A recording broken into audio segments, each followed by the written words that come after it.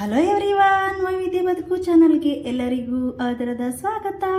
ನಾನಿವತ್ತೊಂದು hair ಟಿಪ್ನ ಹೇಳ್ಬೇಕಂತ ಬಯಸಿದ್ದೀನಿ friends. ಇಲ್ಲಿ ನಾನಿವತ್ತು ಮನೆಯಲ್ಲೇ ನ್ಯಾಚುರಲ್ ಕಂಡೀಷ್ನರ್ ಮಾಡ್ಕೊಳ್ಳೋದು ಹೇಗೆ ಅಂತ ತಿಳಿಸ್ತೀನಿ ಫ್ರೆಂಡ್ಸ್. ನಿಮಗೆ ಅಗಸೆ ಬೀಜ ಎಲ್ಲರಿಗೂ ಪರಿಚಯ ಇದ್ದೇ ಇರುತ್ತೆ.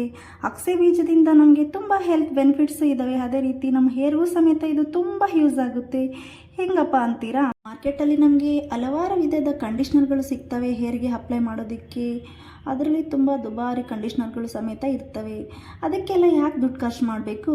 ನಮ್ಮ ಮನೇಲೆ ನಾವು ಸಿಂಪಲ್ಲಾಗಿ ಅಗಸೆ ಬೀಜ ನಮಗೆ ಹೇಗೋ ಪರಿಚಯ ಇದ್ದೆ, ನಮಗೆ ಅಗಸೆ ಬೀಜ ಪರಿಚಯ ಇದ್ದೇ ಇರುತ್ತಲ್ವ, ಇದನ್ನು ಯೂಸ್ ಮಾಡಿಕೊಂಡು ಮನೆಯಲ್ಲೇ ನಾವು ನ್ಯಾಚುರಲ್ ಕಂಡೀಷ್ನರ್ನ ಮಾಡ್ಕೋಬೋದು ಫ್ರೆಂಡ್ಸ್. ಕಾದಿರೋ ನೀರಿಗೆ ನಾನು 4 ಟೇಬಲ್ ಸ್ಪೂನ್ ಆಗೋಷ್ಟು ಅಗಸೆ ಬೀಜನ ಹಾಕ್ತಿದ್ದೀನಿ. ಇದು ಚೆನ್ನಾಗಿ ಬಾಯ್ಲ್ ಆಗಿ ಬಬಲ್ಸ್ ಬರೋವರೆಗೂ ನಾವು ಚೆನ್ನಾಗಿ ಕುದಿಸ್ಕೋಬೇಕಾಗುತ್ತೆ.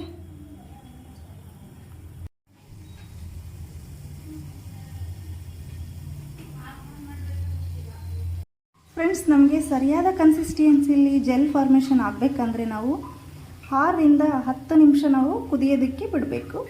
ನಂತರ ಇದನ್ನು ತಣ್ಣಗಾಗೋಕ್ಕೆ ಬಿಡಬೇಕು. ಹಂಗಾದಾಗ ಮಾತ್ರ ತಳಕ್ಕೆಲ್ಲ ಅಗಸೆ ಬೀಜ ಕೂತು ಮೇಲ್ಗಡೆ ಜೆಲ್ ಬಂದಿರುತ್ತೆ.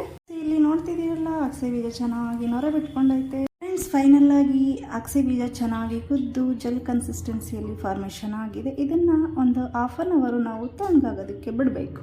ಫೈನಲ್ ಆಗಿ ನೋಡಿದ್ರಲ್ಲ, ನ್ಯಾಚುರಲ್ ಕಂಡೀಷ್ನರ್ ಅಗಸೆ ಬೀಜದಿಂದ ಮಾಡಿರ್ತಕ್ಕಂಥ ಕಂಡೀಷ್ನರ್ ರೆಡಿಯಾಗಿದೆ. ಇಷ್ಟು ಜಲ್ಲಿಯಾಗಿ ಅದು ನಮಗೆ ಬರಬೇಕು. ಈ ಕನ್ಸಿಸ್ಟೆನ್ಸಿಯಲ್ಲಿ ಇದ್ದರೆ ಮಾತ್ರ ಇದು ಕರೆಕ್ಟಾಗಿ ನಮಗೆ ರೆಡಿಯಾಗಿದೆ ಅಂತ ಅರ್ಥ. ಇದನ್ನು ನ್ಯಾಚುರಲ್ ಕಂಡೀಷ್ನರ್ ಅಂತ ಹೇಳ್ಬೋದು. ನಾವು ಮನೆಯಲ್ಲಿ ಯಾವುದೇ ಖರ್ಚಿಲ್ಲದೇ ಈಸಿಯಾಗಿ ನಾವು ರೆಡಿ ಮಾಡ್ಕೋಬೋದು. ಈ ಜೆಲ್ನ ನಾವು ಏರ್ನ ಬುಡಕ್ಕೆ ಹಚ್ಚಿ ಚೆನ್ನಾಗಿ ಮಸಾಜ್ ಮಾಡಬೇಕಾಗುತ್ತೆ 5ರಿಂದ 10 ನಿಮಿಷ. ಈ ಜೆಲ್ ಹಚ್ಚೋದ್ರಿಂದ ನಮ್ಮ ಡ್ಯಾಂಡ್ರಫ್ ತೊಲಗಿ, ಹೇರ್ ಸಾಫ್ಟ್ ಆ್ಯಂಡ್ ಸಿಲ್ಕಿ ಆಗುತ್ತೆ, ಮಾಯ್ಶ್ಚರೈಸರ್ ಆಗಿ ಇರಿಸುತ್ತೆ, ಹೇರ್ ಡ್ಯಾಮೇಜ್ನ ರಿಪೇರ್ ಮಾಡುತ್ತೆ, ಹೇರ್ ಗ್ರೋತ್ನ ಪ್ರಮೋಟ್ ಮಾಡುತ್ತೆ.